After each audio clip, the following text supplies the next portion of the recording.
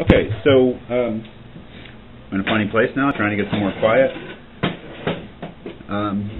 So Hume is an empiricist, and we have a notion of what that means. That is, to be an empiricist, if nothing else, is to say that all of the contents of our mind, all of our concepts, all of our ideas come from experience. Normally, the primary experience we're talking about is what we take to be the experience of an external world.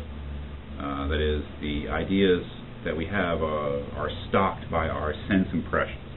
Of course, that external world is not really something we experience directly. The ideas, we experience it through our ideas, but that it's through sense impressions that we receive our stock of ideas that constitute our mental life, and that we also can derive ideas from reflections on our own mental operations, which is important too. That is, which is kind of an internal sense experience, you might say. In any case, that's what it means to be an empiricist, is to believe that all of our ideas come from experience. But certainly it's not the case that our thinking, that our mental life, that is our experience of our own ideas, is isolated to one idea at a time, or that all we can do is sort of inspect the ideas that we have. The real subject of this reading is the notion that our ideas are connected in different ways. That is, that experience and our mental life is discursive. That is, that one idea is connected to another in various ways, and that one idea leads to another. And what Hume is really getting at here is the different ways that our ideas lead to each other, or the different ways that our ideas are connected, and primarily the connection of causality. That is, the notion of one thing being the cause of another thing being an effect of another, that is the primary connection that he's going for here. Of course, there are two others. He says that in the beginning, that is, that the two others are resemblance, that is, one idea leads to another when it resembles another idea, and the other is contiguity, that is, and I think that's a spatial idea, that is, that when one thing is next to, or normally experienced as being next to or near to another, we think of that idea when we think of the thing that it's near to.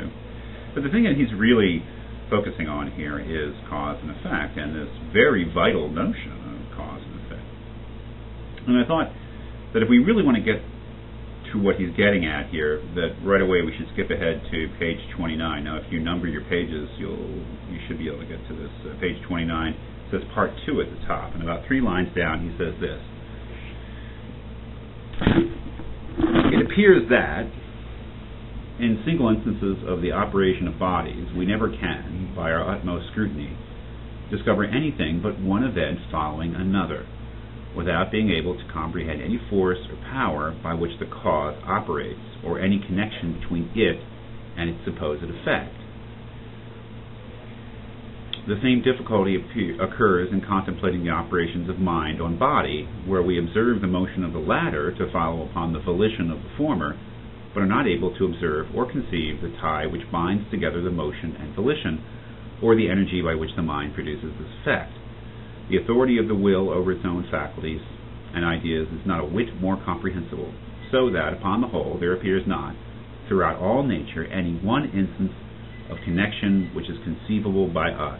All events seem entirely loose and separate.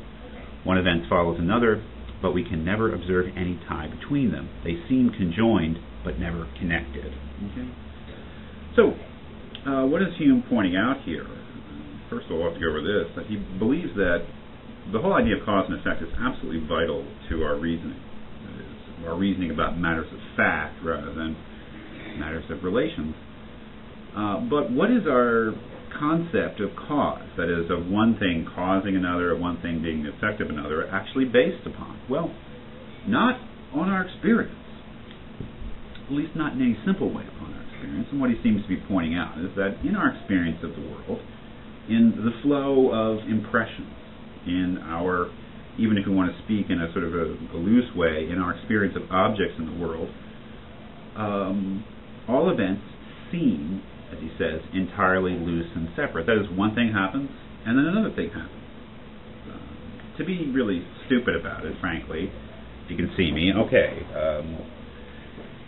here's a hand, here's a hand. We see them coming together. Okay, so you could say we saw a lot of stuff right there, but we saw two things generally. We saw two hands coming together. Let's say that's one idea. Then we heard a noise. Now, it's absolutely the vital part of our experience to say that it was the two hands coming together at a certain velocity that caused the noise. But of course, we never experience the cause directly, do we? We experience the hands coming together, and then we experience the noise. So I think that what he's saying there is, well, as he says, they seem conjoined but never connected. That is, we see the one thing and then we hear the other, and they seem conjoined, but where is the connection? Now, what we want to say is that the one thing caused the other. But cause is never something that we directly experience. So if you're looking for a foothold in this reading, it is that Hume is he's analyzing, he's critiquing, he's describing our whole notion of one thing causing another and asking what it's based on and how it fits into our experience.